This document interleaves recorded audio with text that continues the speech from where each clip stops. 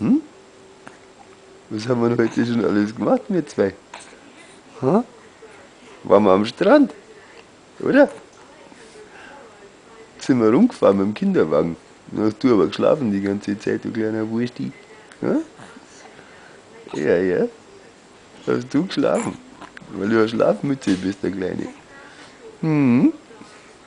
Maxi Schlafmütze. Hm? Ui.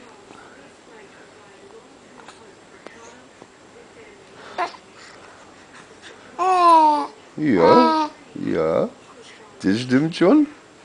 Das stimmt schon, mein Freund. Komm, erzähl einmal der Oma, was du heute alles gemacht hast. Hm? Wann bist du denn aufgestanden? 4 Uhr in der Früh? Stressi? Ha? Haben wir einen Stress gemacht? Naja, so gesprächig bist du jetzt nicht, gell? Oder?